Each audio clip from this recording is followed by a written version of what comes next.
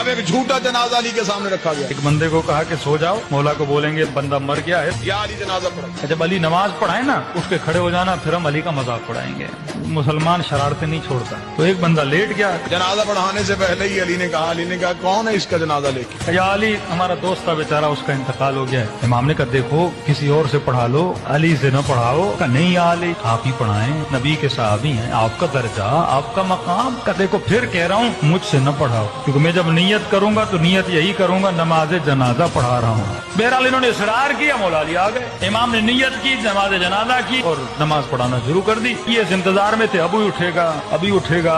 नमाज खत्म हो गई, उठाई नहीं। और एक जनाब आगे बढ़ा और उसको उठाने की कोशिश की, भाई उठ जाओ नमाज खत्म हो गई, कहीं तुझे नींद तो नहीं आ गई? अली मुस्कुराई, अली ने मुसल्ला छोड़ के कहा सिर्फ मरा ही नहीं है, क़यामत वाले दिन हर कोई उठेगा, ये फिर भी नहीं उठेगा। मौला ये क्यों नहीं उठेगा? फरमाया इसका बदन नहीं मरा, इसकी रूह ही मर गई।